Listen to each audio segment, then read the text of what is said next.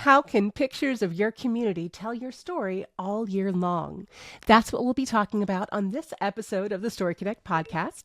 I am your host, Megan McCoy No, one of the storytellers at Pioneer Utility Resources, and I am joined by the amazing Theresa Phillips, Public Relations Manager at Lassen Municipal Utility District in Susanville, California. Theresa, thank you so much for joining us today. Oh, it's my pleasure, Megan. Thank you for having me. It's always great to talk to you and the other folks from Pioneer. Thanks for giving me the opportunity to tell my story. Of course. Well, Theresa, you do so many really fun things. You've won our Devonzo Communicator of the Year Leadership Award before. Yes. So you do a lot of fun things that inspire folks. But I wanted to talk to you about something that you've been doing for a while, and then you've changed it up recently. But before we get into that, full disclosure, I used to think that calendars were old school. I used to fight with people about this. I know we gave away, when I worked at my electric co-op, we gave away 3 different calendars at one of our annual meetings one year. And I was like, why do we keep buying all these calendars? But then we created a custom calendar with pictures of our staff, and we sold it for charity, and people went nuts for it. And ever since then, it's been almost 20 years since then, I've become a little bit obsessed with custom calendars. We do one at Pioneer for our folks. It's a content planning calendar, and it has all custom images and dates in there and really fun pictures of our staff with our members like you in the back. So it's a lot of fun. I love custom calendars. I've seen the light as it is. But I want you to talk to us about how Lassen uses calendars to engage your consumers. Yeah, I would be happy to. So, I've been doing this job as public relations manager in different forms here at the utility for the last about 22 years. You're just getting started. Yes. And when I started, we did not have a calendar. Yeah.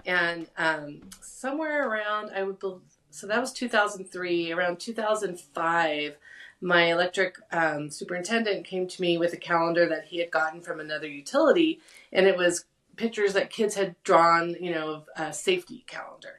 So that was a great idea. And we did our safety calendar for many years. I would say probably around 10, 12 years or so. And it kind of just lost interest. Like, it used to be a big deal. And I thought, okay, we have to do something fresh. What can we do? So the wonderful Mike Teagarden came to me and said, hey, we have a roll light calendar. You guys can purchase roll light calendars. At that point, we were just doing a calendar. It was the basic roll light calendar. And I should say, you're saying the basic roll light calendar, but it is a calendar with pictures submitted by readers from across all of the states that use rural light magazines. So it's pictures, could be of your members and your area. Yeah. And then also Alaska and Arizona. Everything. And so all over the place. That was really cool that we had that calendar, and we would have it, here at the office, for folks to come and pick up, and it went pretty well, and I was happy with that. And again, trying to keep things fresh and always looking for a way to engage our customers in what we do. Rural light is a big part of what we do here. I love the rural light. So Victoria Hampton had asked me, what about doing a cover contest, a photo contest for your cover? And I said, oh, okay. Well, that sounds great. Excuse my allergies. So we did that a couple of years ago, and we got a pretty good turnout. In fact, we had way more photos than I thought we were going to get. Like, how many photos? Dozens of photos. Yeah. Dozens. I would say upwards of probably 30 to 40-ish, 45-ish photos. Not all, and God bless our customers, not all of them were, cover shots. But we love them all anyway. Yeah, I just loved the enthusiasm for that. Yeah. And then the artists, the photographers that had their photographs picked, loved seeing them on the cover. And then I would post those covers on our Facebook page, and people would engage with that. And, oh, look, it's this person, it's that person. So Victoria again Mm-hmm. said, hey, you had such a great response. What do you think about a custom calendar? And I thought, yeah, let's do it. Let's roll the dice and see how it goes. And it went wonderfully. It was so well received. And we got photographs from people like, I would say the youngest photographer we had was 15, and the oldest one was probably in their 80s.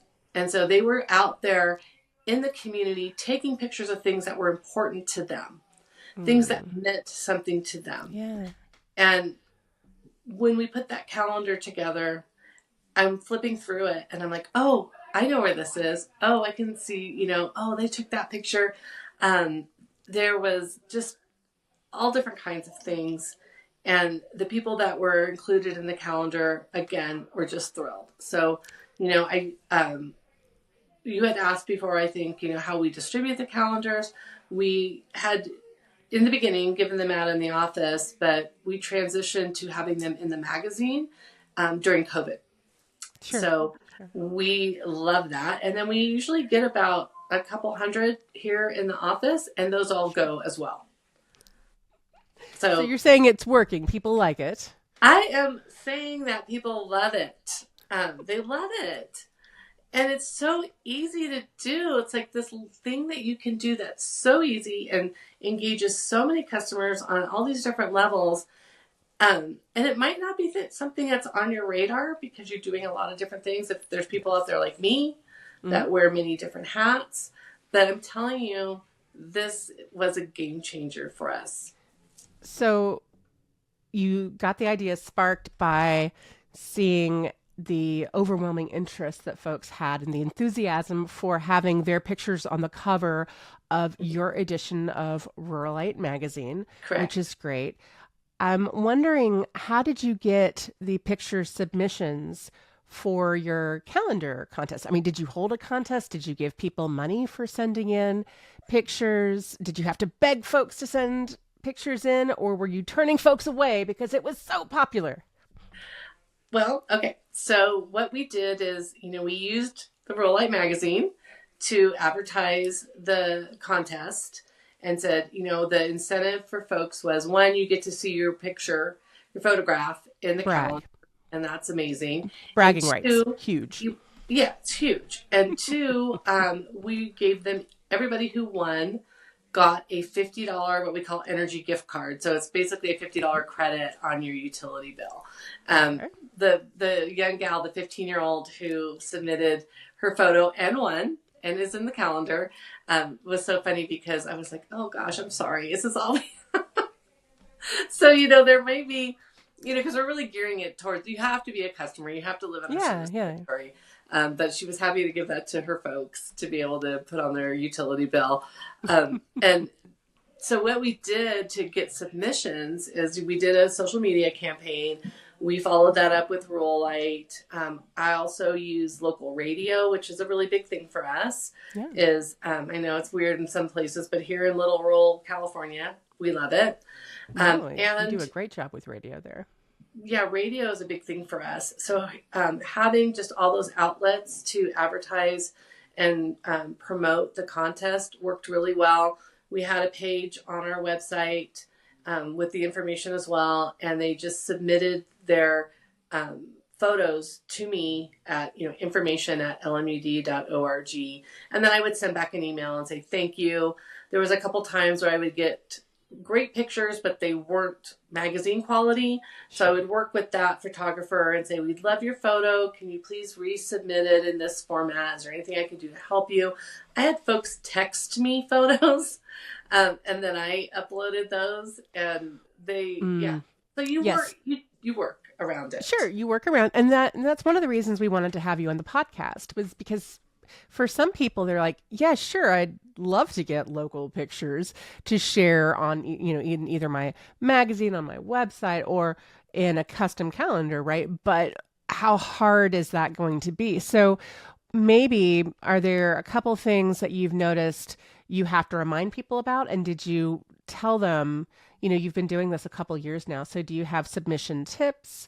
it has to be at least this size. Please email, don't text. Have you come up with a cheat list of Well, I didn't have to come answers? up with one Oh, because fine folks at Rolite already had all that. going to say we do. So, If folks want to have a list like this, and we will share it with this yes. episode of the podcast at pioneer.coop/podcasts, you'll see Teresa's amazing face, and you'll find it in the episode. There we'll include the different things that we use, because Ruralite has the contest as well, and we've been doing it for Right. many years. So we do have a handy list. But did you find anything that you had to add to that list? Did folks read the list? I think that they probably read it, but sometimes it's hard for them to envision like what size I'm looking for. Right, what it So we means. worked Yeah. a little bit on that, and maybe having an example of here's what this looks like, what landscape is versus portrait. Because when we did the cover contest, we asked for portrait, and the calendar is the opposite. It's landscape. So it was a little bit of an education curve on that aspect of it. What we also asked for was, use your imagination. There was a lot of, don't do this or don't do that, but also just what is it that you love about where you live, and what catches your eye? Is it the deer in your, we had one with the deer walking through the crosswalk on Main Street, which cracked me up. Because that's Susanville, right? That's Susanville. I was going to say, nothing says Susanville like Yeah. a deer crossing. There's a deer crossing. They know to use a crosswalk. They're doing good. They follow the rules. Yeah, our service territory is pretty diverse. We have everything from the high desert to the Sierra Nevadas. So it's mountains and deserts and everything in between. We have beautiful shots of our lakes that are in our service territory. There's 3 beautiful lakes. There's there's a wildlife refuge. So folks went out there and took some pictures there. And, sometimes you saw the same things. Like people definitely have the same idea. Like, this is a really cool picture.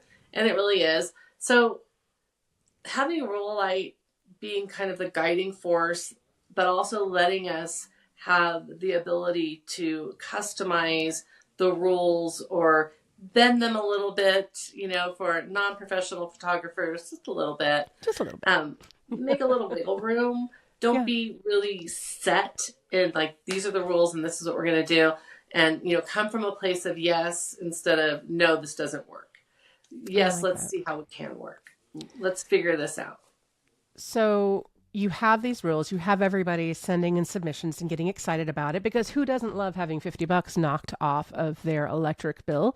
And I hope that the parents of the 15-year-old appreciated that in some special way. But I'm curious, how do you choose? I mean, all these people in Susanville, right? The parents theoretically of the 15-year-old. Yeah, it's a tight community.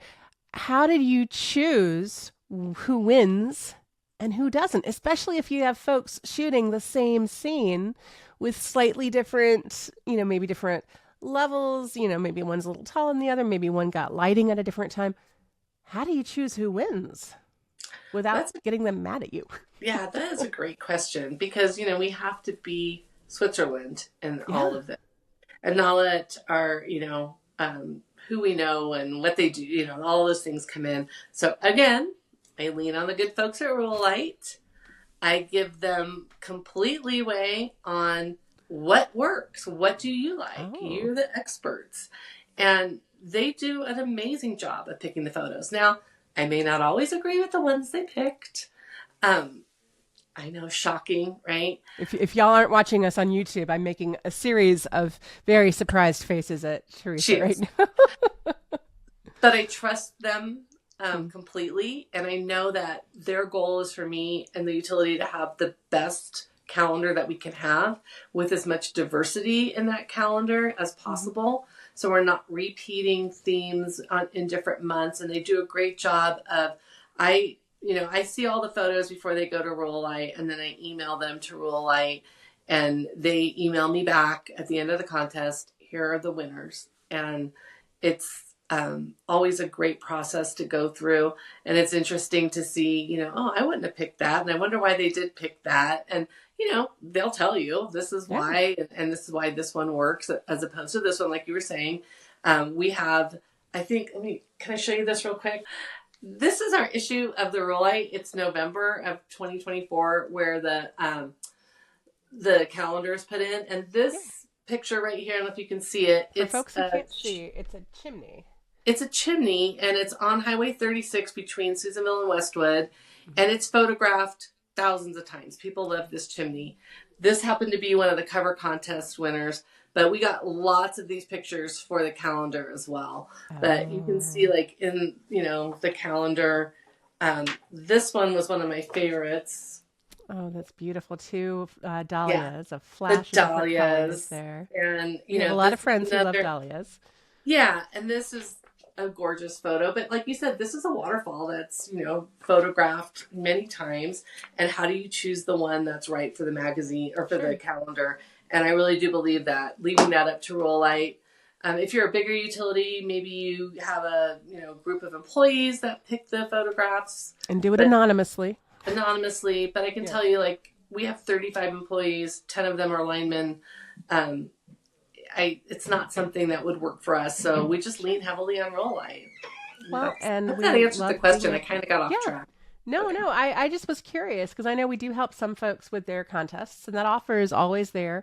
If you need help with a picture contest that you're doing in the community, you can always ask your editor or your account manager. We'd love to help you out. It's nice to not be the person that chose. It is. But absolutely, for me, it absolutely is. Yeah. And how do you tell your members or your consumers about the winners? I email each winner individually. Everybody who submits a photograph, I email them, whether they're picked for a winner or not. I just thank them for their interest and the time that they took to submit their photo. And then the winners also get an email and thanking them, letting them know that they'll be getting their $50, utility credit, and make sure I'm putting it on the right account because some people have different accounts. But that personal, reaching out and letting them know has been really appreciated by them. And then when the calendar comes out, I always make sure I hold back a few extras for the winners because they like to give them out to their friends and family, which I love as well. Autographing session. Ooh, correct. Actually, man, it comes out in November. If you do a huge promotion in your community for Public Power Week, and it's too bad you couldn't have an autograph session with all the winners coming to a special event at the PUD or MUD, it'd be fun. Yeah, that's a great idea. When we did the cover contest, we actually had a showing at the Arts Council, which is their gallery is right down the street from us. What? Yeah, it was wonderful. And it would be wonderful. The photographers came, and I didn't use just the winning shots. I had 6 winning shots that year. I used every shot and had them printed out on what's called Corplast. And we did an actual show at the Arts Council, invited the community. It was a blast. People loved it. They really did. I love that so much. Have you thought about doing the same kind of thing for the calendar contest? Yeah, we definitely will do that this year. Last year, time kind of got away from us. We had some changes at the utility and some things that went on. Not bad. Everything's good. Everything's fine. No, change. It always happens. It catches you right in the middle of deadlines every time. It does. The Arts Council, they're so gracious to allow us to use their space. And once we had the photographs, we displayed them in our office as well. So they kind of came and lived here for a while, and then we'll give them back to the photographers when we're done with them. It's really a great way to engage the community and highlight those folks that took the time to enter the contest. Really, it takes time. You've got to do your photographs. You've got to send them to me. They've got to be a certain way. And I'm so grateful to our community for the way they've embraced this. It's really the only calendar we have in Susanville and our service territory that features a variety of local photographers and different community scenes. Oh, and it's a really special thing. I'm assuming people clamor for it and want to hold on to it. What do you hear from your consumers about the calendar? Do you have more? Oh, okay. Do you have more? I got one in the mail. Can I get more? People will come in and we'll be out of calendars. We get them in November. they're gone by the 1st of December. No. Yeah, they're completely gone and people are clamoring for them. I'll hold a few back, just, in case someone needs one desperately. But we have no shortage of people wanting calendars. So I'm taking that as a good sign. Yes, definitely. And I posted on our Facebook page, the calendars are in, and, people will come and get them. So it's just been great. I love that.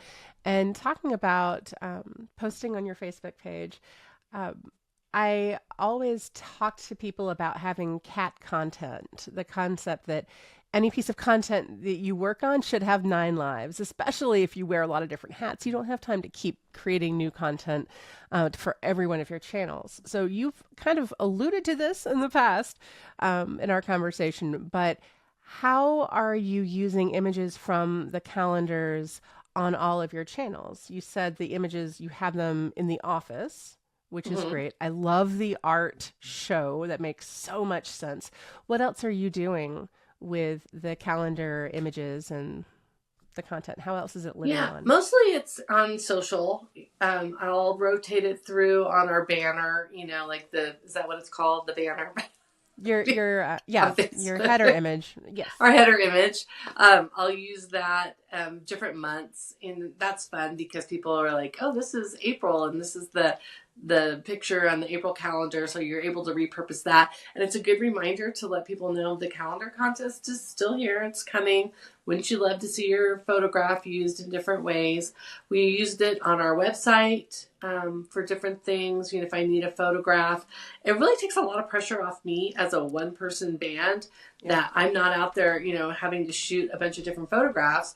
I have the rights to these photographs. Folks know that they're going to be used in different ways, so there's no issue there, and they're really pleased. Those photographs that I put on Facebook are shared multiple times. People will tag other people in them, excited to see their, relatives or friends on our Facebook page, or sometimes I'll get little stories from people about how they took the photograph, so that's really fun. But yeah, definitely with Facebook, that's really the only social media channel. Oh no, I take that back. LinkedIn as well. In fact, I used one of the calendar photographs in a job recruitment that I posted on LinkedIn. Wouldn't you love to live here? Oh, I love that. Come be our accounting and finance manager and look where you get to live. So yeah, there's a million different ways you can use them. It's just limited by your own imagination. I love that. And do you have any other, since you're doing a custom calendar, do you have any dates that you add throughout the year that is just for Lassen? Oh yeah, we have all of our board meetings. We have monthly board meetings because we're an MUD, so our board meets once a month, and it's an open public meeting, so it's a great way to let folks know that they're invited to the meeting, and here's the time. We also do holidays, and of course, Lineman Appreciation, American Public Power Week. We do that. So anything that's industry specific, and then because sometimes we don't really know what we're going to be doing all year long. I try not to put too much specific stuff in there. Sure. But things that that are going to happen every year, definitely I would put in there. Or every month, like the board meeting. Yeah. I think it's funny, our local newspaper reporter depends on that calendar to know when the meetings are. That's great. I like that, though. Do you have any other community festivals that you put in there, too? We don't really do it in the calendar because I'm a little gun shy of putting specific dates with things that don't, happen. So we do that monthly in the Rural Light, which is awesome too. We do a community calendar maybe once or twice a year. Kind of, these are events that are coming up. We work with the Chamber of Commerce to do that. So, you can have your community calendar and your Rural Light and also your yearly calendar hanging on your wall. So I like it. But calendars are great. If anybody's like me, I live and die by my calendar. Yeah, no, I'm the same way. I've got my calendar. I have 2 things on my desk at any given time. I have my notebook for just jotting down ideas, and then I've always got my content planning calendar handy because it's necessary. Well, I have that content planning calendar on my wall. So. Oh, we'll see. I write on mine too much. It wouldn't stay on my wall very often. All right, last question before I let you go. Okay. If a utility wants to create a custom calendar with pictures from their community, but they haven't done anything like that before, how should they start? I would start by talking to somebody at Pioneer or Rolite, and maybe talking to somebody like me who's already done it, because I think the fear for me was it's going to be it's going to take up too much time. Yeah. I don't have the bandwidth for this. And it really, in the end, adds value and time to your plate instead of taking away. Oh, I like that. Because you're getting back the time that you would be hunting down photographs or whatever for content in, like you said, the magazine or on social or whatever. So, think about, especially if you're just one or two people, how this is going to help you in the long run, how easy it is to do with just a simple email. Tips from Pioneer and Rolite are already ready to go. And then use what you have at your disposal to promote that. And it could be, the chamber helped us. We did it on the radio. So we have 5,700 followers on Facebook, which is a lot for a utility with 10,000 meters. Yeah. So word spread like wildfire, and it's not difficult. It's actually super easy to do. Oh, and I love that. It's one of those things that adds so much value to your customers. They love seeing themselves there. We talk about telling our stories. Yeah. We're telling their story as well. Oh. So putting that out there where everybody can see is just a great way to let people know and remind them that the utility, the co-op, wherever you work, is really an integral part of the community they serve. I love that so much. Well, Theresa, thank you so much for sharing your story with Utility Pioneers. She is Theresa Phillips at Lassen MUD, and I'm your host, Megan McCoy-No at Pioneer Utility Resources. And until we talk again, keep telling your story. Story Connect is produced by Pioneer Utility Resources, a communications cooperative that is built to share your story. Story Connect is engineered by Lucas Smith of Lucky Sound Studio.